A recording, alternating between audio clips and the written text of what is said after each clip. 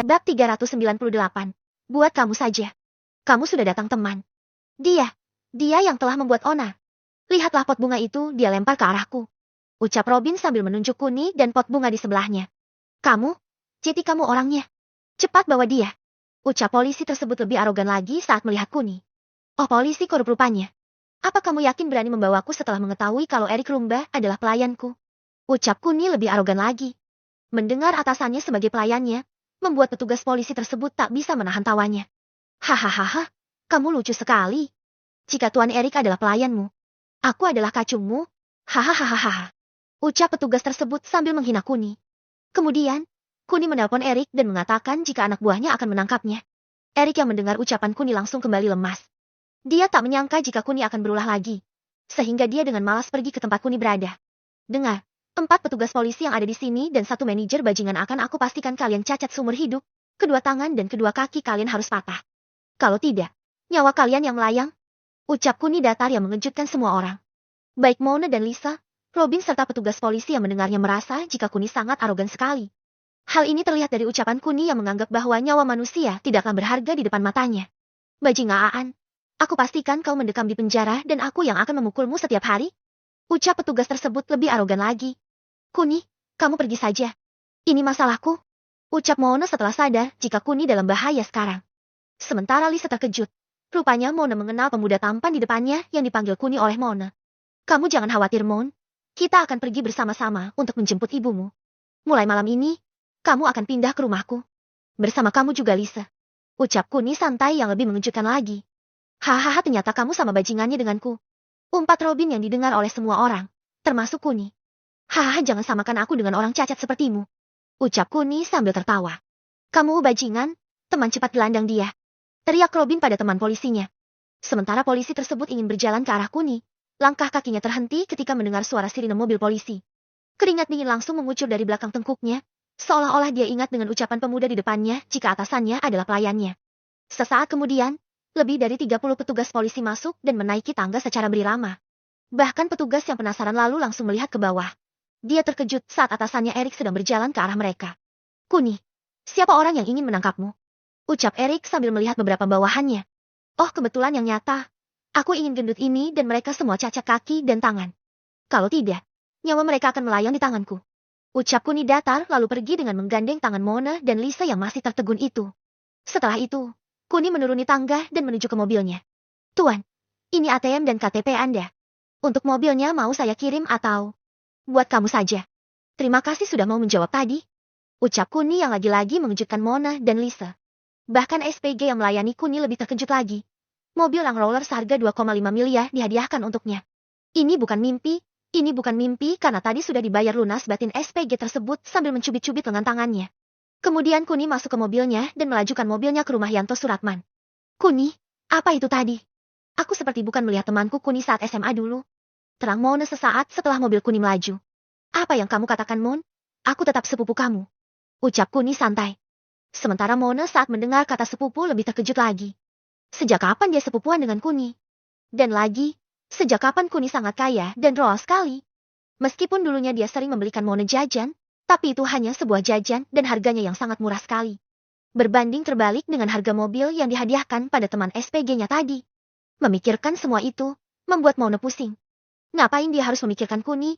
Setidaknya pikirkan dirinya yang sudah tak punya pekerjaan dan uang untuk berobat anaknya Najwa. Kenapa melamun, Mon? Apa kamu kepikiran dengan pekerjaan itu? Tanya Kuni saat melirik Mona sedang melamun. Tidak, aku hanya tidak bisa percaya dengan apa yang aku lihat barusan. Dan ceritakan padaku. Sejak kapan kamu memiliki kuasa seperti ini? Bahkan aku terheran-heran. Meskipun ada polisi, kamu tetap tenang dan tidak gemetar sama sekali? Tanya Mona panjang kali lebar karena dia benar-benar takjub dengan Kuni yang sekarang. Sudah lama aku memilikinya, tapi baru aku tunjukkan akhir-akhir ini. Ucap Kuni berbohong sedikit karena dia tak ingin berdebat lebih lama lagi. Sementara Lisa menyenggol-nyenggol Mona karena dia juga penasaran dengan Kuni yang mengetahui namanya. Selain itu, wanita di sebelah Kuni tidak berbicara maupun menyapa mereka yang membuat Lisa sedikit curiga. Atau jangan-jangan Kuni penculik gadis-gadis batin Lisa. Apa sih, Lis? Kalau mau ngomong, ngomong saja. Ucap Mona yang mulai risih dengan senggolan Lisa. Iya, ada apa, Lis? Apa kamu ingin bertanya dari mana aku tahu namamu? Tanya Kuni santai. Iya, Tuan. Dari mana Anda tahu nama saya? Ucap Lisa sopan sekali. Kerah baju bagian belakangmu ada nama Lisa, dan kartu pengenalmu di depan juga menunjukkan nama Lisa. Apa itu sudah bisa menjawab rasa penasaranmu? Ucap Kuni santai karena apa yang disebutnya sesuai dengan apa yang dia lihat barusan. Mendengar penjelasan Kuni, Lisa sedikit tersenyum canggung. Dia sedikit kegeeran karena Kuni mengetahui namanya. Oh ya Kun, kita mau kemana? Kok jalannya belum pernah aku lihat? Tanya Mona yang sedikit penasaran. Oh itu. Apa kamu tidak pernah datang ke sini? Bukankah ini perumahan milik bosmu? Ucap Kuni santai lalu mematikan mesinnya. Kalian tunggu di sini. Vel, ayo kita turun. Ucap Kuni lalu membuka pintunya. Kun, ini di mana? Tanya Vela pada Kuni. Ini rumah orang yang telah merenggut keperawananmu. Malam ini dia akan cacat seumur hidupnya. Terang Kuni lalu melangkah maju. Sementara Yanto yang tidak tahu kondisi showroomnya malah asyik sedang menghitung penjualannya di bulan ini. Tanpa dia sadari jika malam ini adalah malam terakhir dia menjadi manusia normal. Tintong suara bel Yanto yang berbunyi. Siapa sih malam-malam bertamu? Ganggu kerjaan orang aja. Gumam Yanto saat mendengar bunyi belnya. Kemudian dia ke depan sambil melihat-lihat sekelilingnya dari dalam rumahnya dan terkejut ketika melihat Vela, saking terlalu senangnya. Dia tak melihat dengan seksama jika di samping Vela ada Kuni. Bab 399. Tolong ampuni aku. Kemudian dia ke depan sambil melihat-lihat sekelilingnya dari dalam rumahnya dan terkejut ketika melihat Vela, saking terlalu senangnya. Dia tak melihat dengan seksama jika di samping Vela ada Kuni. Dengan perasaan riang, dia tak curiga sama sekali karena di pikirannya hanya ada nafsu sekarang.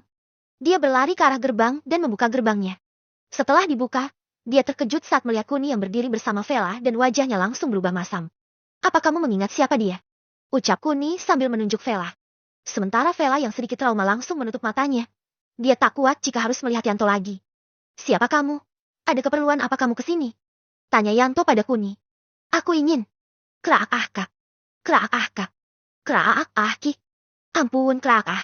Teriakan Yanto terdengar keras sekali. Sampai-sampai tetangganya yang berada di sebelah rumahnya dengar dan keluar untuk melihat. Hanya saja mereka tak bisa melihat tindakan Kuni. Hanya teriakan kesakitan Yanto saja yang bisa mereka dengar. Ini akibat kamu menyalahgunakan kekuasaanmu, ucap Kuni datar lalu berbalik pergi menuju mobilnya. Sementara Mona dan Lisa yang melihat dengan sangat jelas merasa ngeri. Mereka takut Kuni macam-macam pada mereka dan pastinya mereka tak akan bisa melawan Kuni. Kamu jangan khawatir lagi, Vel. Aku sudah membuat cacat orang yang merugikanmu. Apakah sekarang kamu senang? Ucap Kuni sambil berjalan ke arah mobilnya. Vela hanya mengangguk pelan. Karena dia tak menyangka jika Kuni sangat kejam.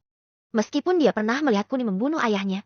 Tapi tindakan Kuni yang barusan terlihat lebih kejam karena menyiksa korbannya dengan sangat sadis. Membayangkan itu semua membuat Vela ingin sekali muntah. Tapi saat mengingat jika Kuni melakukan itu semua untuknya, membuatnya menahan mualnya. Setelah itu, Kuni masuk mobil bersama Vela. Sedang Mona dan Lisa langsung terdiam 1000 bahasa, mereka takut menyinggung Kuni dan mengalami nasib yang sama dengan pria tadi.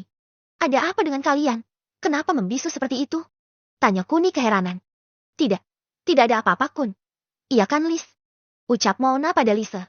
Iya Tuan, kami tidak melihat Anda mematahkan kaki dan tangannya. Kami akan tutup mulut, karena kami tidak melihatnya. Terang Lisa yang membuat Mona semakin takut saja. Sementara Kuni hanya tersenyum saat mendengar ucapan Lisa. Dia tahu jika Lisa bisa dikatakan bodoh. Dan itulah uniknya Lisa. Lis, cukup bilang tidak lihat saja. Kenapa kamu malah menerangkannya? Keluh Mona pada Lisa. Sementara Lisa yang sadar ingin menangis. Dia tak tahu jika dia berkata tanpa sadar tadi. Tuan Kun, aku janji tidak akan cerita. Jadi tolong ampuni aku kali ini. Ucap Lisa sedikit memelas. Baiklah, kalian akan aku ampuni, asalkan kalian bersedia menjadi istriku. Ucap Kuni yang sontak membuat Lisa dan Mona terkejut. Mereka berdua tak percaya jika Kuni menginginkan mereka. Bukankah itu sama saja dengan bunuh diri, karena setiap hari pasti akan tersiksa batin dan fisiknya. Itu yang ada di pikiran mereka berdua. Kalau kalian tidak mau, dengan terpaksa aku akan menghilangkan jejak kalian. Bukankah kalian tahu sendiri jika hanya menghilangkan jejak kalian sangat mudah bagiku? Terang Kuni lagi saat tak mendengar jawaban dari mereka berdua. Kun, bukankah kita sepupuan? Lalu apakah kamu tega membunuhku? Ucap Mona mencoba merayu Kuni. Meskipun dia sendiri tidak tahu dari mana dia bisa sepupuan dengan Kuni. Kalau begitu menikahlah denganku. Maka aku jamin hidup kalian. Ucap Kuni lagi. Tidak Tuan, aku lebih baik mati. Karena aku tidak ingin mendapat paksaan dari siapapun. Terang Lisa yang sedikit mengejutkan Kuni. Itu sebabnya dulu saat Kuni bercinta dengan Lisa untuk pertama kalinya, Lisa merasa terpukul dan sangat kecewa sekali dengan tindakan Mona yang mengorbankannya. Sehingga tanpa berkata-kata, Kuni sangat salut dengan keteguhan hati Lisa. Kamu jangan khawatir Lis. Aku bisa membuatmu nyaman dan akan mencintai kalian tanpa pilih kasih. Aku bisa menjamin kehidupan keluarga kalian juga akan sejahtera karena aku akan membantu mereka. Terang Kuni yang malah membuat Lisa bingung. Lisa merasa jika Kuni sangat mengenalnya karena ucapan Kuni bukanlah tentang Kuni sendiri. Tapi seperti tentang kehidupannya yang kesusahan. Kamu bicara apa, Kun? Apa kamu juga berpikir jika kamu juga akan menikahiku? Ucap Mona memecah keheningan di antara mereka. Iya, Mon, semua yang ada di dalam mobil ini harus menikah denganku, termasuk Vela, kamu dan Lisa. Oh ya, apa kalian sudah saling berkenalan tadi? Ucap Kuni yang benar-benar lupa tadi. Lupakan aku, Kun. Aku sudah menikah dan aku tak mungkin menikah denganmu. Ucap Mona santai. Sementara Kuni terkejut. Apa Mona tidak tahu jika suaminya Ari sedang selingkuh darinya? Jika begini terus, mungkin dia tidak akan bisa menikahi Mona. Hei Mon, apa kamu tidak tahu kalau... Ucapan Kuni terhenti karena dia sudah sampai di depan rumah Mona. Hah, Kun? Bukankah ini rumahku? Tanya Mona yang sangat terkejut. Apalagi dia ingat sekali jika dia tak pernah mengarahkan Kuni ke rumahnya. Selain itu, dia juga tak pernah berbicara dengan Kuni tentang alamat rumahnya. Kenapa terkejut, Mon? Apa Bibi Evita ada? Ucap Kuni yang kembali membuat Mona terkejut. Kun, dari mana kamu tahu tentang kami? Dan sepupuan yang kamu ucapkan tadi apa benar-benar nyata? Tanya Mona penasaran. Kamu akan mengetahuinya setelah ikut denganku ke rumah. Tentunya dengan mengajak Bibi Evita dan Najwa juga. Ayo turun, biar aku yang berbicara dengan Bibi Evita. Ucap Kuni santai. Sementara Mona hanya bisa melamun. Dia tak tahu bagaimana Kuni mengetahui semua tentangnya. Dengan perasaan penuh rasa penasaran, Mona ikut turun dan segera menyusul Kuni. Bibi, teriak Kuni setelah berada di depan pintu rumah Mona. Jangan teriak-teriak, ayo langsung masuk. Ucap Mona sedikit linglung. Duduk dulu, Kun. Aku akan mencari ibuku dulu. Ucap Mona lagi setelah masuk. Setelah itu, Mona masuk ke sebuah kamar yang diduga kamarnya dan keluar setelah mengganti pakaiannya. Kemudian dia masuk lagi ke kamar yang lainnya dan setelah beberapa menit, dia keluar seorang diri menemui Kuni. Tunggu sebentar, Kun. Ibuku baru saja bangun. Ucap Mona sambil duduk di seberang Kuni. Oh baiklah. Oh ya Mon. Katanya kamu sudah bersuami. Mana suamimu? Tanya Kuni penasaran dengan jawaban Mona. Dia sedang ada tugas di luar kota selama 2 bulan katanya. Itu sebabnya selama 2 bulan dia tidak akan pulang. Terang Mona. Sementara Kuni sedikit terkejut. Rupanya Mona benar-benar tidak tahu kalau selama ini Ari suaminya selingkuh darinya. Tak berselang lama, Evita keluar dan terkejut saat melihat Kuni. Dia tak kenal dengan Kuni, tapi dia mendengar dari Mona tadi jika ada pemuda yang mencarinya dan mengenal keluarga mereka dengan baik. Bab 400, Pertemuan yang mengharukan. Tak berselang lama, Evita keluar dan terkejut saat melihat Kuni. Dia tak kenal dengan Kuni, tapi dia mendengar dari Mona tadi jika ada pemuda yang mencarinya dan mengenal keluarga mereka dengan baik. Hanya saja saat Evita melihat Kuni, dia benar-benar tak kenal dengan Kuni. Selamat malam, Bi. Sapa Kuni ramah. Siapa ya? Tanya Evita setelah dia duduk di sebelah Mona. Saya Bai Kuni, Bi, anak dari Yora Robi, adik Bibi. Ucap Kuni yang tentu saja mengejutkan Evita. Apalagi dari parasnya yang tidak mirip sama Yora adiknya itu membuat Evita sangat meragukannya. Apa benar kamu anaknya Yora adikku? Tanya Evita. Aku bisa membuktikannya, Bi. Mari Bibi ikut denganku untuk menemui nenekku. Ucap Kuni. Nenek? Memangnya siapa nama nenekmu? Tanya Evita. Namanya Nenek Entis, Bi. Ucap Kuni lagi. Mendengar nama Nenek Entis, pikiran Evita langsung melayang ke masa lalu di mana adegan saat dia berada di rumah sakit dan mendapat sedikit bantuan dari Nenek Entis. Mengingat semua itu, membuat Evita makin penasaran, hanya saja dia masih meragukan apakah orangnya sama atau hanya namanya saja yang sama. Apa benar namanya Nenek Entis? Ucap Evita meyakinkan telinganya. Iya, Bi. Saya kesini ingin menjemput Bibi agar bisa bertemu dengan Nenek. Terang Kuni lagi. Sementara Mona kebingungan dengan reaksi ibunya. Sedangkan Evita masih ragu untuk menerima ajakan Kuni.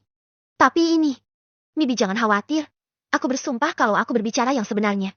Kalau tidak percaya, silakan tanya pada Mona karena aku tidak pernah berbohong pada keluarga. Terang Kuni yang sedikit mengejutkan Mona. Jika benar mereka sepupuan, berarti apa yang dikatakan Kuni benar. Tapi ini kan cerita dari Kuni sendiri dan itu bisa saja cuma karangan Kuni. Ibu, ayo kita ikut dia. Aku juga penasaran, Bu. Ucap Mona. Tapi Najwa gimana, Mon? Dia sudah tidur. Ucap Evita mencoba menjelaskan pada Mona jika anaknya sudah tidur. Bawa juga tidak apa-apa, Bi. Sekalian biar nenek tahu kalau dia punya cicit dari sepupuku. Terang Kuni lagi. Mendengar ucapan Kuni, Evita hanya mengangguk kecil lalu benar-benar ikut Kuni pergi untuk menemui Nenek Entis. Beruntungnya Kuni memakai mobil 6 seat sehingga mobilnya muat. Jika dia pakai Viper mobil pertamanya, mungkin tak akan muat karena kapasitasnya yang cukup untuk 2 orang dan 1 anak kecil saja. Dengan cepat Kuni melajukan mobilnya ke rumah Sisal, sementara Evita terkejut saat ada wanita lainnya di dalam mobil Kuni. Meskipun dia kenal dengan Lisa, tapi dengan Vela dia tidak kenal sama sekali. Setelah menempuh perjalanan sekitar 40 menit, mereka akhirnya tiba di depan rumah Sisal. Dalam perjalanan tadi, Kuni menghubungi Sisal dan mencari tahu neneknya tidur di mana. Sisal hanya mengatakan jika Nenek Entis tidur di rumah bersamanya sehingga tanpa berlama-lama lagi, Kuni turun dan langsung masuk ke rumah Sisal. Mari silahkan masuk Bi, malam ini kalian nginap saja di sini. Dan besok kalian pindah ke rumah sebelah. Ucap Kuni yang membuat Evita dan Mona terkejut. Bagaimana mereka tidak terkejut? Kuni berbicara seolah-olah rumah itu harganya jutaan rupiah. Meskipun Mona yakin jika harga rumah tersebut pasti puluhan miliar. Silahkan duduk Bi, ucap Kuni lagi, lalu berteriak-teriak memanggil Sisal. Aku di sini Kun. Ucap Sisal. Mana Nenek Cil? Tanya Kuni. Nenek sudah tidur Kun, ucap Sisal. Mendengar neneknya tidur, Kuni tak ragu sama sekali untuk membangunkannya karena dia tahu kalau Nenek Entis akan lebih bahagia lagi saat bertemu dengan bibinya, Evita. Nek, bangun Nenek. Ada tamu yang mencari Nenek. Terang Kuni sambil menggoyang-goyangkan tubuh neneknya. Hem, siapa malam-malam bertamu Kun? Ucap Nek Entis sembari membuka matanya sedikit demi sedikit. Pasti Nenek akan terkejut karena ini adalah orang yang paling Nenek nantikan dalam hidup Nenek, terang Kuni. Mendengar ucapan Kuni, membuat Nenek Entis semakin penasaran saja. Dengan perasaan ragu dan penasaran yang sama, Nenek Entis bangun dan keluar kamar untuk menemui tamu tersebut. Dan betapa terkejutnya Nenek Entis setelah mengetahui jika orang yang dilihatnya adalah Evita, sementara Evita yang sangat mengenal Nenek Entis langsung berdiri dan menyambut Nenek Entis dengan pelukan hangat. Dia tahu betul jika ini adalah ibu baginya karena Nenek Entislah dia bisa melalui masa-masa sulit membesarkan Mona seorang diri. Ibu, ucap Evita penuh haru. Sementara Mona terkejut, ternyata apa yang dikatakan oleh Kuni selama ini benar jika mereka sepupuan. Tangis haru mewarnai suasana hati mereka. Sementara Kuni pergi ke ruangan Eva. Bagaimana Av? Apa kamu sudah membuat perusahaan untukku? Tanya Kuni setelah sampai di kamar Eva. Sudah Kun, besok kita bisa meresmikannya. Ucap Eva. Bagaimana perkembangan Gyokku? Apa ada kemajuan? Tanya Kuni lagi. Pesat Kun, bahkan sangat pesat lagi. Sebenarnya masih ada pesanan lainnya, tapi aku mendelainya karena bahan baku kita yang sudah habis. Ini HP-mu yang baru beserta puluhan kartu ATM sesuai dengan apa yang kamu minta. Terang Eva sambil menyerahkannya pada Kuni. Sementara Kuni terkejut, Eva bisa menyelesaikannya dengan sangat cepat. Bahkan dia tak menyangka jika keputusannya tetap memakai IMA adalah keputusan yang tepat. Baiklah Ev, terima kasih. Apakah kamu mau meminta bayaran lebih? Tanya Kuni. Tidak Kun, tapi aku ingin kamu menepati janjimu. Terang Eva mencoba mengingatkan Kuni. Janji? Apakah maksudmu ini tentang Patimon? Tanya Kuni. Eva hanya mengangguk karena dia terlalu malu untuk mengatakannya. Baiklah, kalau begitu dengarkan aku. Awasi terus Kevin Sanjaya karena dia yang akan membawa Patimon pada kita. Dan juga cepat kamu belikan aku tiket ke Tlago. Tepatnya di kota Miurek. Karena besok aku akan pergi ke sana. Dan ingat, pastikan pemanduku adalah Vania. Terang Kuni yang membuat Eva kebingungan. Ada hubungan apa antara Patimon dan Kevin karena di cerita Sisal tidak ada hubungan apa-apa. Sedang untuk Vania dia sudah tahu sebelumnya dan tadi pagi dia telah mengabari agensi di Miurek jika Vania akan mendapat tugas khusus dalam beberapa bulan ke depan. Jadinya dia akan tetap mendapat gaji meskipun dia tidak memandu karena Eva tahu. Cepat atau lambat Kuni akan membawanya ke sini. Kamu jangan khawatir Kun, aku akan mengurusnya dengan cepat. Terang Eva. Oh oke. Sekarang aku punya dana berapa F, dan berapa yang terhubung di handphoneku? Tanya Kuni penasaran. Bisa dibilang unlimited Kun karena ada 5 kuadriliun yang terhubung dengan handphone itu dan masih ada 3 kuadriliun di kas perusahaan yang baru dibentuk. Terang Eva yang kali ini malah membuat Kuni terkejut. Bab 401. Wanita cantik yang memikat. Dia bahkan tak pernah membayangkan jika giok yang dia pilih bisa menghasilkan 8 kuadriliun hanya dalam waktu kurang dari 3 jam saja. Kamu memang berbakat untuk masalah bisnis F, aku tidak salah memilihmu. Ucap Kuni santai lalu pergi meninggalkan Eva. Sementara Eva hanya diam. Dia tak ingin berdebat dengan Kuni karena dia tahu betapa mengerikannya Kuni. Artikel berita di depannya sudah menjelaskan jika Kuni sangatlah kejam. Dari tragedi apartemen, kematian putri keluarga besar Wibowo dan juga pewaris keluarga Sutrisno, Sheila dan Jonathan sudah menjadi bukti jika Kuni adalah dalang di balik semua ini. Bahkan sumber berita mengatakan jika keluarga Mirza sendiri yang membunuh mereka secara pribadi. Hanya saja ada sebuah kejanggalan di sini dan ini sangat menguras otak Eva. Jarak dari kota Purple menuju ke kota Blue butuh waktu sekitar 7 jam naik mobil. Tapi apa yang terjadi tidak mencerminkan itu. Sheila diberitakan mati lalu 1 jam kemudian Jonathan menyusulnya. Melihat semua ini membuat Eva tak bisa memikirkan cara apapun. Apalagi saat membaca pernyataan para saksi yang berkata dengan jelas jika mereka mendengar sendiri pemuda yang membunuh korbannya adalah Baikuni Mirza. Semakin memikirkannya, semakin membuat Eva terkejut. Dia tak bisa berpikir jernih sekarang. Apalagi di tempat kejadian tak ada kamera CCTV yang bisa menjadi bukti secara tidak langsung jika Kuni benar-benar ada di tempat kejadian. Ah pusing gumam Eva. Sementara Kuni, setelah dia keluar dari ruangan Eva, dia lantas pergi ke istana Raja Cancelo. Sebelum pergi ke Tlago besok, Kuni ingin mengurus masalahnya dengan Cancelo karena dia tak ingin kejadian terakhir terulang kembali di mana saat dia berada di Tlago, Cancelo tiba-tiba menyerang dan memusnahkan keluarganya. Meskipun untuk sekarang, Bagi Kuni sudah tidak menjadi masalah lagi karena dia sudah punya teleportasi, tapi keterkejutan semua orang yang ingin dia hindari. Dia tak ingin semua orang tahu tentang teleportasinya sehingga untuk yang ini dia akan menyembunyikannya sebaik mungkin. Hanya sekali mengedipkan mata. Kuni sudah berada di kamar dari Raja Cancelo yang sedang tertidur itu. Bahkan Kuni sangat heran dengan Cancelo, kekuatan yang hanya secuil itu mampu membuatnya menderita di masa lalu dan kini dia tak ingin itu terulang lagi. Dengan santainya, Kuni duduk di kursi yang dikhususkan untuk Cancelo di dalam kamarnya.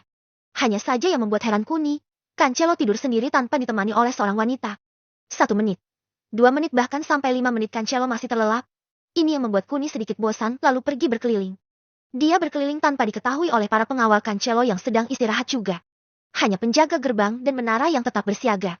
Sedang pengawal di lorong-lorong istana kosong dan ini membuat Kuni dengan leluasa berjalan menyusuri setiap sudut-sudut istana. Di keheningan malam itu, ada sebuah siletan cahaya yang sedikit menarik perhatian Kuni. Setelah dilihat dengan seksama, itu adalah gerakan pedang yang terkena cahaya bulan.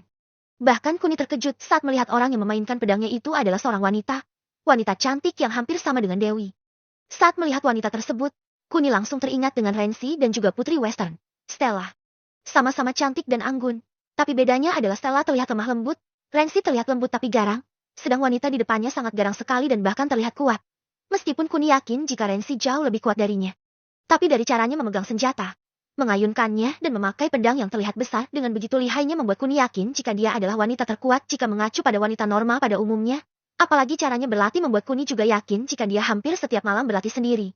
Semakin lama melihat, Kuni semakin terpesona oleh indahnya gerakan yang dia lakukan. Seolah-olah dia tidak mengayunkan pedang, tapi menari bersama pedang tersebut. Hanya saja, gerakan yang sama dan berulang-ulang itu tak memberikan dampak positif bagi kekuatannya. Karena wanita tersebut mengayunkan pedang tanpa memakai perasaannya, sehingga kekuatan pedang yang sangat bagus itu hanya akan menjadi pedang besi biasa. Kuni lalu mendekatinya. Bahkan dari ketinggian 30 meter pun Kuni langsung melompat dan berada di depan wanita tersebut dan membuatnya terkejut. Bukik suara tanah setelah diinjak oleh Kuni dan menarik perhatian dari wanita yang ada di depannya ini. Siapa kamu? Ucap wanita tersebut sambil mengarahkan pedangnya. Gerakanmu sudah bagus, hanya penekanan perasaan serta kekuatan ayunan saja yang kurang. Jika kamu bisa mengerti keinginan pedang itu, maka kamu akan mendapat manfaat yang lebih baik lagi dari pedang tersebut. Ucap Kuni dengan bahasa Tlagonya karena Tlago, Oceani dan Britani adalah wilayah sepermakmuran sebelumnya, jadi bahasa ketiga negara tersebut hampir sama. Aku tidak butuh penjelasanmu. Apa tujuanmu ke sini? Ucap wanita tersebut lebih galak lagi. Ya, aku ke sini ingin membunuh Raja Cancelo. Tapi dia sedang tidur jeti. Apa? Apa kamu gila? Ucap wanita tersebut yang terkejut setelah mendengar ucapan Kuni. Apa hanya karena ingin membunuh seorang raja lalu aku harus jeti gila dulu? Ucap Kuni santai yang membuat wanita tersebut sedikit kesal. Penyusup. Kamu akan dihukum olehku. Ucap wanita tersebut lalu menyerang Kuni. Sementara Kuni langsung menghindar dari pedang yang mengarah padanya. Sebenarnya dia bisa saja diam dan tidak akan terluka karena tubuhnya telah diselimuti oleh kesenjangan ruang hampa yang melindunginya. Hanya saja Kuni ingin bermain-main sekaligus melatih wanita tersebut sehingga Kuni meladeni wanita tersebut dengan sangat lihainya. Bahkan wanita tersebut sedikit frustasi saat ujung pedangnya tak pernah mengenai Kuni.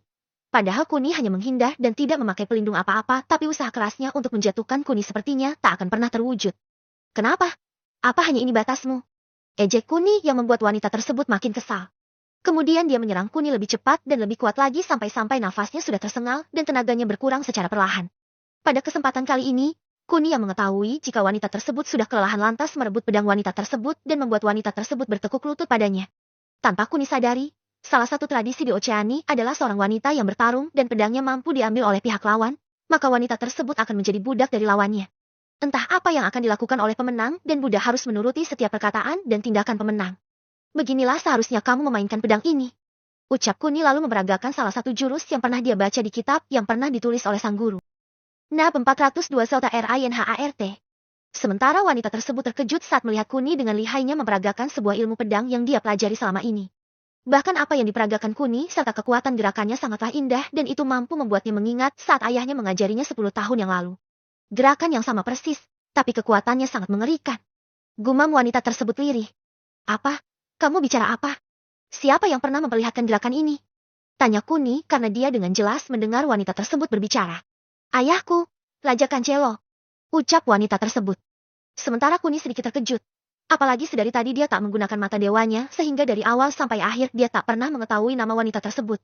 Wah sayang sekali. Mungkin sebentar lagi kamu tidak akan memiliki seorang ayah. Ucap Kuni santai. Apa kamu yakin bisa mengalahkan ayahku? Ucap wanita tersebut. Mendengar ucapan wanita tersebut, Kuni lalu melempar pedang tersebut di hadapan wanita tersebut. Bunuhlah aku jika kamu mampu. Ucap Kuni. Sementara wanita tersebut langsung mengambil pedangnya dan sedetik kemudian langsung mengayunkan pedangnya ke arah leher Kuni. Hanya saja, pedangnya terhenti 5 cm sebelum mengenai kulit Kuni dan membuatnya tak bisa mempercayai apa yang dia alami saat ini juga. Meskipun dia sudah melihat sendiri, tapi dia tetap berusaha menekan pedangnya agar tetap menyentuh leher Kuni. Tapi usaha yang dia lakukan sia-sia. Sebagai gantinya, Kuni hanya mengayunkan tangannya dan membuat wanita tersebut terlempar sedikit keras dengan darah yang mengalir di sudut bibirnya. Melihat wanita tersebut berdarah, membuat Kuni tak enak hati, hanya saja tindakan Kuni selanjutnya langsung melemahkan pondasi wanita tersebut. Ya benar, Kuni mencium wanita tersebut sambil mengaliri energi kehidupannya dan membuat wanita tersebut kembali bugar dan terkejut saat mengetahui pemuda di depannya ini menciumnya dengan sengaja. Meskipun begitu, dia tidak menarik ataupun mendorong Kuni karena sebelumnya dia sudah kalah dengan Kuni. Sedangkan perihal kenapa dia tiba-tiba menyerang Kuni, itu karena ucapan Kuni sebelumnya yang mengatakan pada wanita tersebut bunuhlah aku jika kamu mampu, sehingga wanita tersebut hanya menuruti ucapan Kuni untuk menyerangnya. Sementara Kuni terkejut saat melihat reaksi wanita tersebut yang pasrah saat dicium oleh Kuni dan itu membuat Kuni bertanya padanya. Kenapa kamu hanya diam saat aku menciummu? Tanya Kuni. Harga diriku sudah lenyap saat kamu merebut pedangku. Sekarang aku adalah budakmu. Ucap wanita tersebut tegas. Jelas terlihat kesedihan di matanya. Tapi itu semua tidak dia tumpahkan karena pantang bagi seorang budak untuk mengeluh pada tuannya. Hei, zaman apa ini? Tahun 2022 masih ada perbudakan di sini.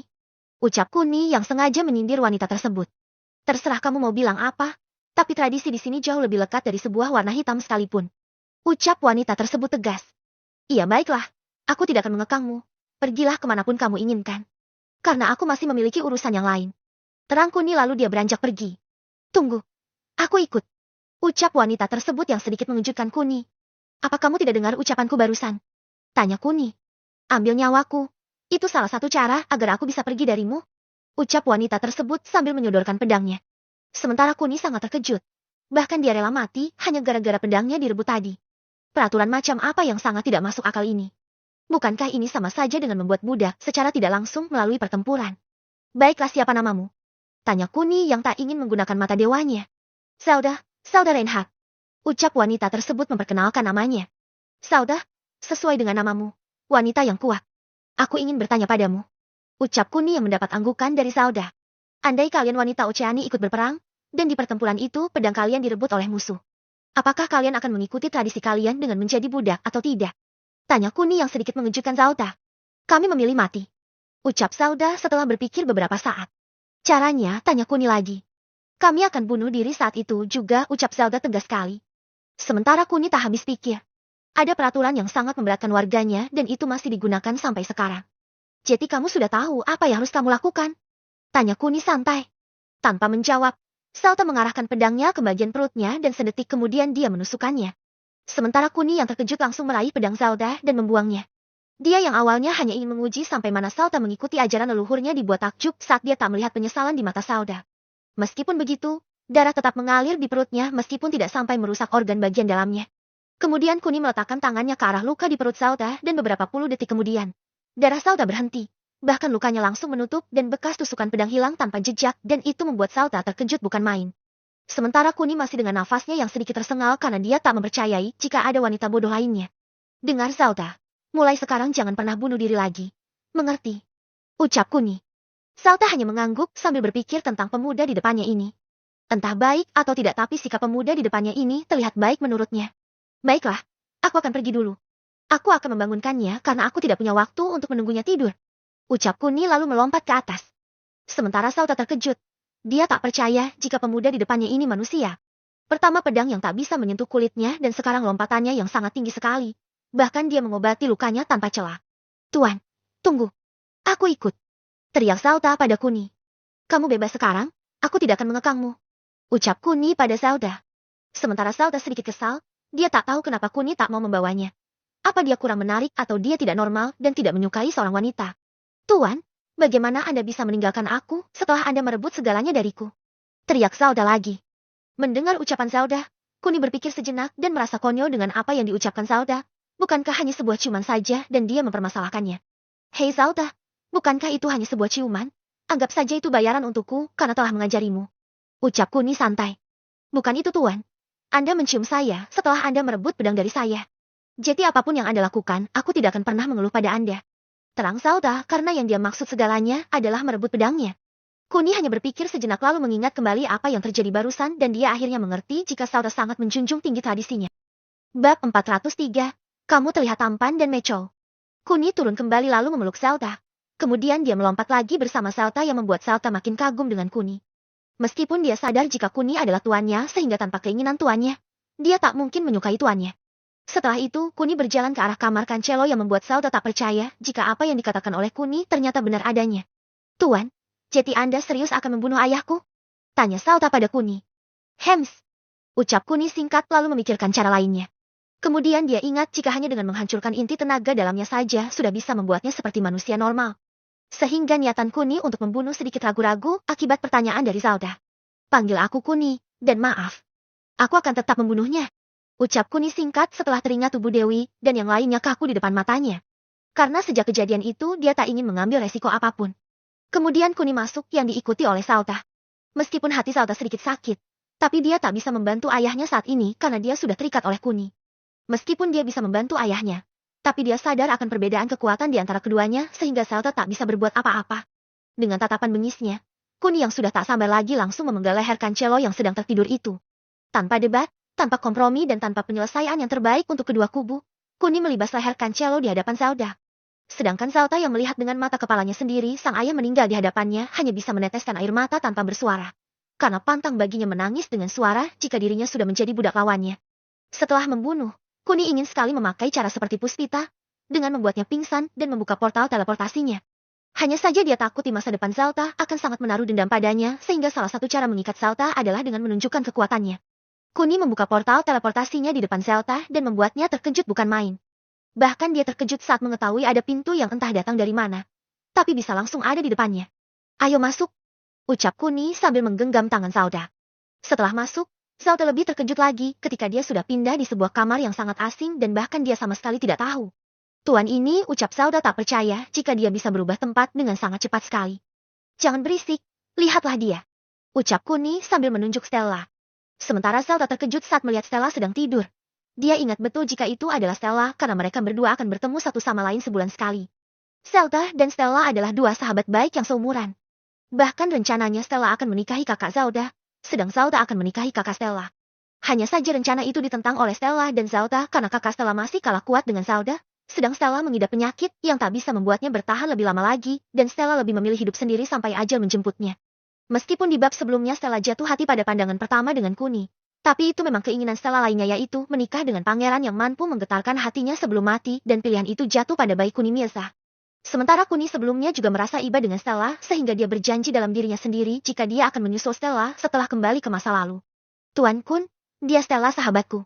Apa ini benar kamarnya Stella? Tanya Sauta lagi. Ini benar kamarnya Stella dan kita memang berada di Britani sekarang. Inilah kekuatanku yang bisa berteleportasi kemanapun aku mau. Ucap Kuni yang membuat Sauta lebih terkejut lagi. Bisa berteleportasi kemanapun. Gumam Sauta. Tapi ini rahasia. Jangan kamu ungkapkan ke siapapun. Mengerti? Ucap Kuni yang tentunya tidak mendapat respon dari Sauta karena dia masih terkejut dengan teleportasi yang Kuni sebutkan. Meskipun Kuni menyuruh Sauta merahasiakannya, tapi Kuni tak bisa merahasiakannya dari seseorang. Seseorang yang selalu memantaunya dari layar laptopnya dan takjub saat mengetahui jika Kuni bisa berpindah dari satu negara ke negara lainnya dengan sangat cepat. Eva Mahoni, yang sedang menatap layar laptopnya dibuat takjub oleh kekuatan Kuni. Dia akhirnya mengerti kenapa Kuni bisa berada di kota lain dengan sangat cepat. Hanya saja dia belum bisa menyimpulkan kalau dia belum bertanya langsung pada Kuni. Apalagi dia ingat jika dirinya adalah orang penting di perusahaan Kuni sehingga dia yakin jika Kuni pasti akan menceritakan semuanya padanya. Memikirkan semua itu membuat Eva senang sekaligus penasaran dengan Kuni. Bahkan rasa kantuknya tadi langsung hilang saat mengetahui ponsel Kuni berada di negara Oceani. Kembali ke Kuni. Kuni lalu menyuruh Sauta untuk membangunkan Stella, karena dia ingin mengajak Stella pergi ke rumahnya juga. Hanya saja Sauta masih ragu-ragu karena tidak tahu akan menjelaskan dengan cara apa saat Stella bangun karena dia sendiri tak bisa mengatakan apapun. Melihat Sauta yang mematung, Kuni lalu memberanikan diri membangunkan Stella. Sementara Stella yang merasa ada orang menyentuh kakinya langsung bergerak dan terkejut saat melihat Kuni. Kamu siapa? Ucap Stella yang benar-benar melupakan Kuni. Stella ini aku, Sauta. Ucap Sauta langsung berbicara sebelum sahabatnya itu berteriak memanggil penjaga. Stella lebih terkejut lagi saat melihat Sauta sahabatnya. Apalagi saat melihatnya malam-malam dan ada di dalam kamarnya membuat Stella makin curiga saja. Apa benar kamu Zelda? Apa ini bukan mimpi? Ucap Stella sambil mencubit pipinya dan merasakan sakit. Benar Stella, ini aku. Ucap Zelda meyakinkan sahabatnya. Lalu dia siapa? Ucap Stella sambil menunjuk Kuni. Sementara Kuni berpikir jika keputusannya datang ke sini salah, sedang Zelda sedikit menunduk lalu berkata pelan pada Stella. Dia tuanku Stella. Tuan? Apa maksudmu Zelda? Apa kamu mau bilang kalau kamu kalah bertarung dengannya? Tanya Stella karena hanya satu kemungkinan itu saja. Bagaimana seorang putri raja memiliki tuan jika bukan karena sebuah tradisi yang sangat aneh itu? Zelda hanya mengangguk dan tak berkata apa-apa lagi. Sementara Kuni masih melihat Stella dan memang menemukan masalah yang sangat kritis untuknya. Baiklah Zelda, ayo kita pergi. Ucap Kuni setelah dia tahu jika perasaan Stella yang dulu tidak dia rasakan juga saat ini. Sementara Zelda hanya mengangguk, Stella justru memperhatikan Kuni lekat-lekat. Dia tak kenal pemuda di depannya tapi dia merasa seperti pernah bertemu dengannya. Tunggu! Ucap Stella menghentikan Kuni. Apa kita pernah bertemu sebelumnya? Ucap Stella lagi setelah Kuni berhenti. Lihatlah aku, bagaimana menurutmu? Ucap Kuni dengan pedenya karena dia yakin mungkin saja Stella masih memiliki perasaan untuknya. Hems, kamu terlihat tampan dan macho. Ucap Stella biasa yang sedikit mengejutkan Kuni. Bab 404, apa kau MENYADAPKUF? Hems, kamu terlihat tampan dan macho. Ucap Stella biasa yang sedikit mengejutkan Kuni. Ternyata benar-benar nihil batin Kuni lalu dia dengan cepat membuka portalnya. Tunggu. Aduh. Ucap Stella karena merasakan sakit di bagian kepalanya. Kemudian Kuni bergegas melihatnya dan menemukan bahwa Stella mengidap penyakit Alzheimer, penyakit yang menggerogoti memori ingatannya. Hanya saja penyakit ini akan sangat menyakitkan saat pengidap penyakit ini menggunakan memorinya secara berlebihan, misal seperti barusan saat dia berpikir jika pernah bertemu dengan Kuni dan otaknya memproses untuk mencari tahu kapan dan di mana. Sebetulnya, untuk berbicara dengan orang pengidap Alzheimer simpel. Cukup katakan bahwa ini adalah pertemuan pertama kita. Dengan begitu dia tidak terlalu memikirkannya. Setelah mengetahui penyakit yang diderita oleh Stella, Kuni lalu mengaliri energi kehidupannya melalui pori-pori tangan Stella untuk meredakan rasa nyerinya. Meskipun dia membawa jarum peraknya, tapi dua alat pendukung lainnya seperti kain kasa dan alkohol murni tidak dimiliki oleh Kuni. Setelah beberapa saat, Stella merasakan jika kepalanya lebih enakan, tidak sakit lagi dan terasa hangat sekali. Dia sangat takjub dengan pemuda di depannya ini sehingga tanpa dia sadari, dia mulai tersentuh akan kebaikan yang ditunjukkan oleh Kuni. Tuan, terima kasih. Ucap Stella sedikit malu-malu. Tidak apa-apa, apa masih sakit? Ucap Kuni. Tidak tuan, ucap Stella. Baiklah aku pergi dulu. Ucap Kuni lalu berdiri. Sementara Stella memegang tangan Kuni dan tak ingin melepaskannya. Tuan, bolehkah aku ikut denganmu? Ucap Stella sedikit malu-malu. Ikut denganku? Kenapa? Tanya Kuni yang sengaja ingin mengetahui alasan Stella. Itu, aku tidak tahu perasaan apa ini, tapi hatiku mengatakan ingin selalu di dekat Anda. Ucap Stella gugup sekali. Sementara Kuni hanya tersenyum.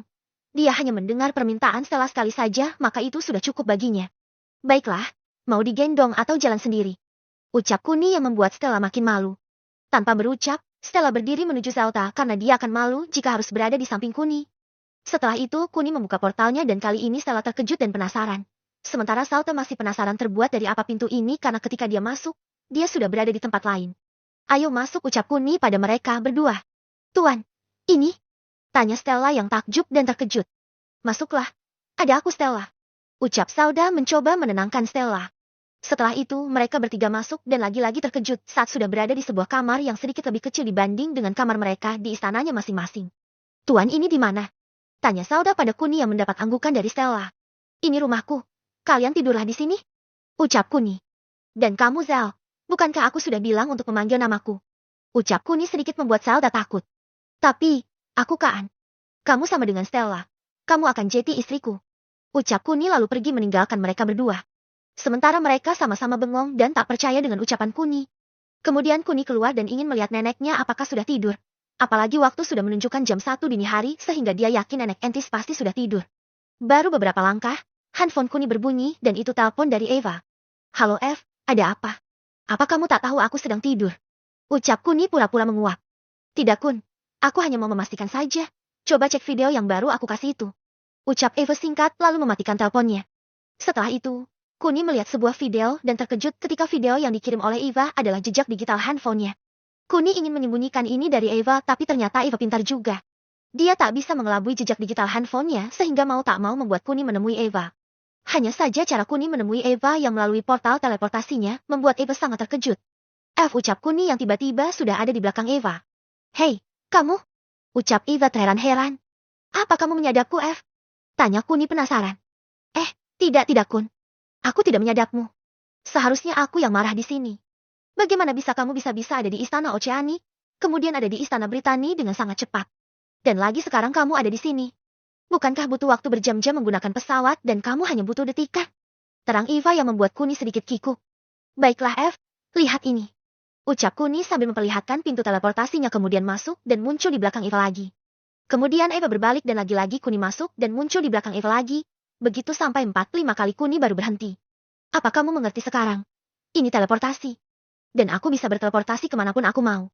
Terang Kuni yang membuat Eva sangat terkejut sekali. Sebuah cara yang sedang diteliti dan dicari sistemnya oleh para ahli di seluruh dunia. Sekarang ada di depannya. Bagaimana bisa Eva tidak mempercayainya jika dia melihatnya secara langsung detik ini juga? Kun ini. Apa ini? Apa ada trik khusus atau ini benar-benar teleportasi? Ucap Eva sedikit kegirangan. Tidak. Ini bukan trik. Tapi aku tidak bisa menjelaskannya karena aku sendiri juga tidak tahu. Terang Kuni yang membuat Eva melongo. Oh, ayolah Kun. Apa kamu masih ingin merahasiakannya padaku? Ucap Eva yang tentu saja tak percaya dengan ucapan Kuni. Benar F. Aku tidak tahu apa ini. Kamu bisa menelitinya sekarang. Ucap Kuni lalu membuka portalnya. Sementara Eva menyentuhnya dan dia jelas tidak mengetahui partikel apa itu. Apalagi saat dia menyentuh pinggiran pintunya dan tembus pandang. Kemudian dia memasukkan tangan kirinya ke dalam portal tersebut dan terkejut saat tangannya tiba-tiba membeku hanya dalam hitungan detik. Kun, kamu ingin membunuhku? Keluh Eva setelah tahu tangannya kaku dan kedinginan. Hahaha, aku hanya bercanda F. Maaf. Ucap Kuni lalu menyentuh tangan Eva dan beberapa detik kemudian suhu badan Eva kembali normal. Baiklah F, waktunya tidur. Dan apa kamu sudah membeli tiketnya? Ucap Kuni singkat. Aku tadi ingin memberitahumu kalau jadwalnya besok jam 9. Tapi aku penasaran dengan titik lokasi handphonemu sehingga aku melupakannya. Terang Eva. Baiklah. Selamat malam F. Ucap Kuni lalu masuk ke kamar Sisal. Sebetulnya Kuni sangat merindukan Kinan dan ingin bertemu dengan Kinan. Hanya saja sudah terlalu larut malam dan masih ada tugas lagi sehingga Kuni masih menahan dirinya.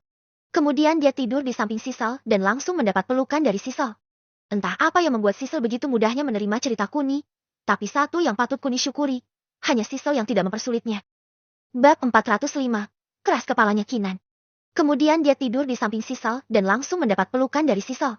Tak terasa pagi menyingsing dengan sangat cepat dan kegaduhan terjadi saat Nenek Entis melihat Zelda dan Stella yang keluar dari kamar kosong dengan sedikit berantakan. Apalagi kulit dan cara berpakaian mereka yang sedikit terbuka membuat Nenek Entis curiga pasti ulah Kuni batin Nenek Entis. Sementara Kuni terkejut saat mendengar dengan samar jika dia sedang dipanggil oleh neneknya. Sedang Sisal sudah tak ada saat Kuni terbangun dan ini membuat Kuni heran.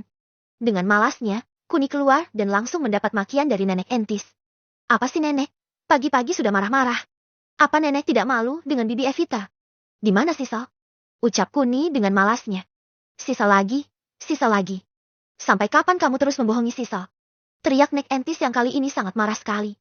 Ternyata dengan adanya Evita tak sanggup meredam amarah Nenek Entis sehingga Kuni langsung masuk ke kamarnya lagi. Kemudian dia mandi dan segera pergi dari rumah ini. Kuni pergi menggunakan teleportasinya menuju ruangan Eva dan untuk saat ini dia tak ingin bertemu neneknya dulu. Eva, aku tahu kamu sedikit mengerti bahasa Tlago. Tolong kamu urus Salta dan juga Stella. Dan satu lagi, pastikan Stella baik-baik saja karena dia sedang sakit saat ini. Terang Kuni lagi. Sementara Eva terkejut, karena tidak biasanya Kuni ngomel begini. Dia bingung mau menjawab apa karena Kuni berbicara tanpa berhenti. Oh ya Af, Kevin ada di mana sekarang? Ucap Kuni saat melihat jam masih jam 7 pagi. Kurang 2 jam lagi dia akan berangkat ke Tlago. Dia, mungkin masih di rumahnya karena semalam dia masuk rumah jam 2 dini hari. Ucap Eva sedikit gugup. Hems, baiklah. Aku akan mampir sebentar. Ucap Kuni lalu ingin ke rumah Kevin. Tapi niat Kuni tertunda karena tiba-tiba dia ingat dengan Kinan. Sejak dulu hanya Kinan yang membelanya dari sang nenek sehingga membuatnya rindu akan sosok Kinan.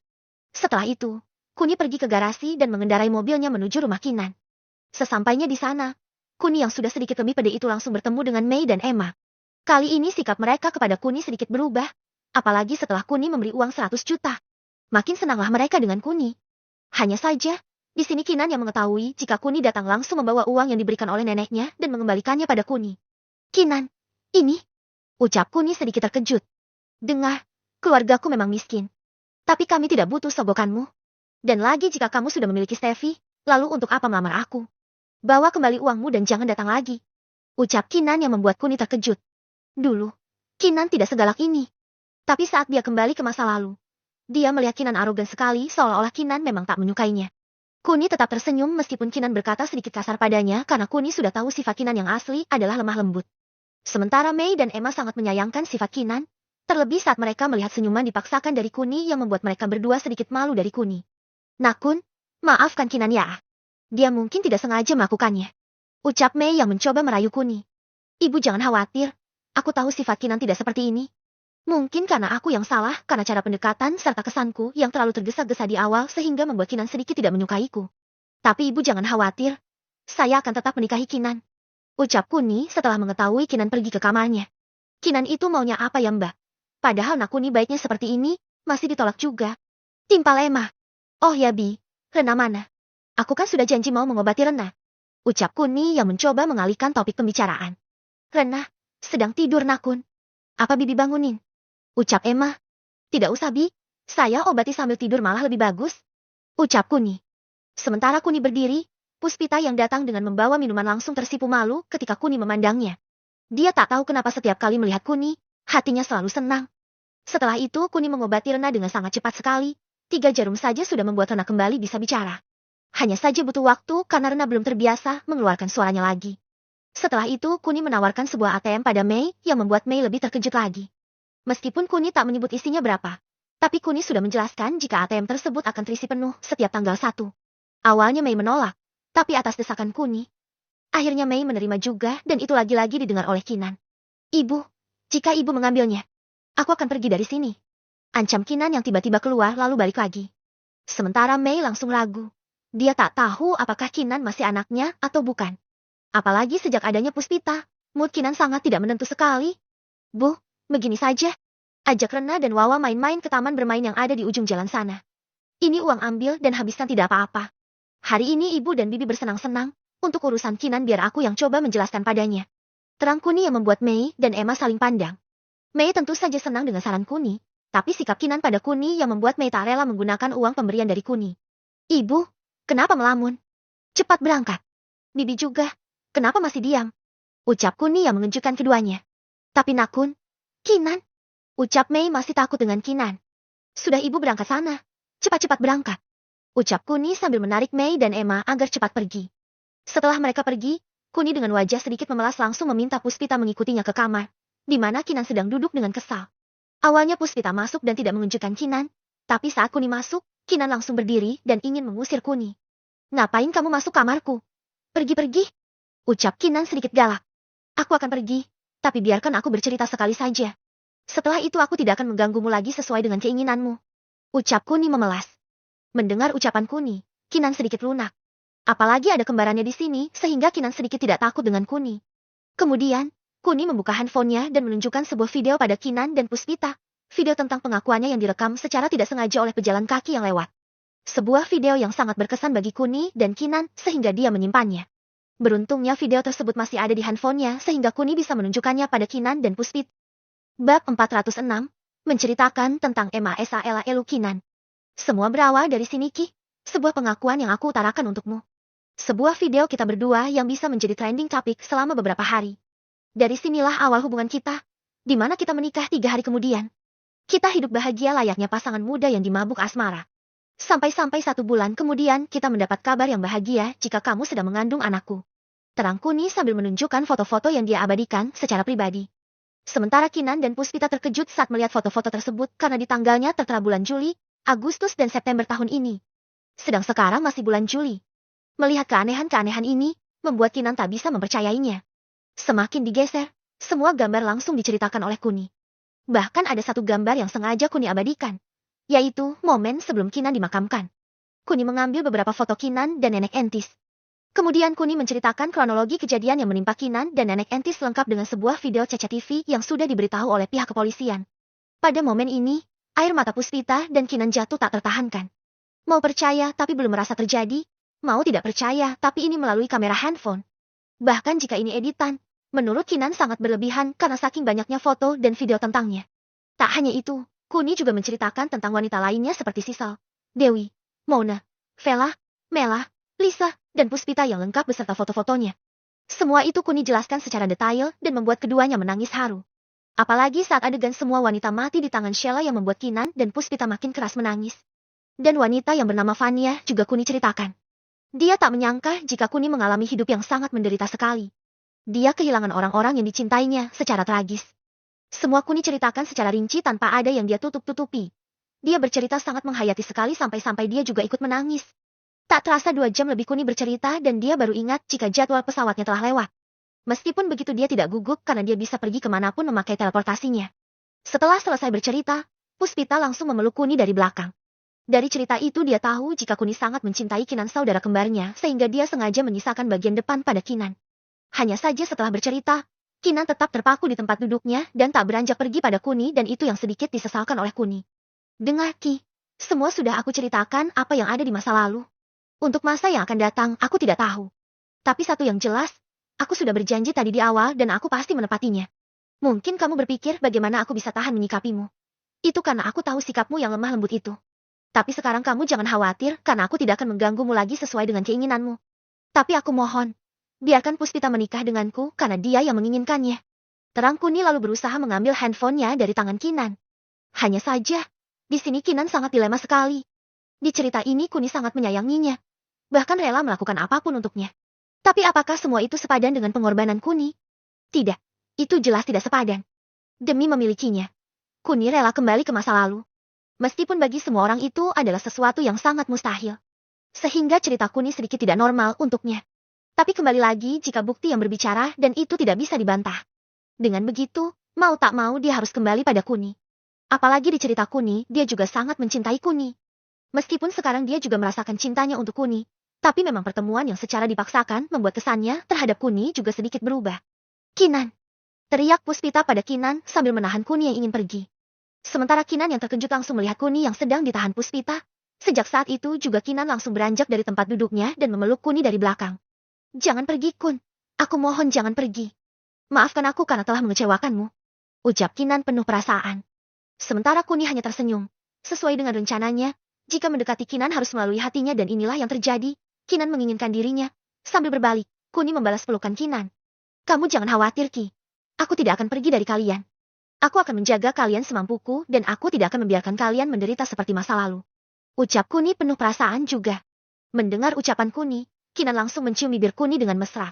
Bahkan dia yang lupa jika ada Puspita di sampingnya dan tidak dihiraukan oleh Kinan. Lama sekali mereka berpagutan hampir 2 menit dan itu yang membuat Puspita iri dan tak enak hati.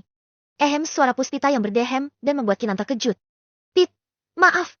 Ucap Kinan lirih setelah dia sadar. Sementara Kuni malah menarik Puspita di pelukannya dan menciumnya juga. Meskipun tidak selama Kinan, tapi setidaknya Puspita sudah merasakan apa yang sudah dirasakan oleh Kinan. Kalian berdua, kalian tetap menjadi salah satu bidadari di hatiku. Terang Kuni sambil memeluk mereka berdua. Kun, apa kamu juga akan menikahi wanita-wanita yang ada di ceritamu itu? Ucap Kinan sedikit lirih. Sementara Kuni masih memikirkan perkataan Kinan. Apakah dia keberatan atau tidak? Apalagi saat dia mati, Kuni hanya menikahi Sisel dan belum menikahi wanita yang lainnya. Aku terserah padamu saja. Karena kamu yang pertama di hatiku, jadi kamu akan menjadi bidadari pertama dan menentukan nasibku. Ucap Kuni yang seolah-olah mengetes Kinan lagi. Dia ingin tahu apakah Kinan masih baik seperti dulu setelah tahu semua ceritanya. Harus Kun, kamu harus menikahi mereka. Karena aku juga ingin mereka merasakan kebahagiaan yang sebelumnya sudah pernah mereka rasakan. Meskipun aku tidak mengenal mereka dengan baik, tapi aku akan berusaha menjadi orang yang adil buat mereka. Terang Kinan.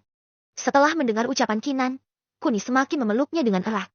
Dia tak ingin melepaskan Kinan dan wanita-wanita yang pernah melayaninya di masa lalu. Baiklah Ki, apa nomor rekeningmu masih sama? Tanya Kuni pada Kinan. Sementara Kinan bingung. Mau jawab atau tidak tapi dia juga butuh uang sebenarnya karena uang kuliahnya nunggak banyak sekali. Untuk apa Kun? Tanya Kinan. Oh masih tetap ucap Kuni menyimpulkan sendiri. Setelah itu, dia mentransfer 20 triliun di rekening Kinan. Dan memberikan ATM pada Puspita dengan limit 5 triliun untuk kebutuhannya dan akan otomatis terisi penuh setiap tanggal 1. Kun ini teriak Kinan saat dia membaca notifikasi handphonenya.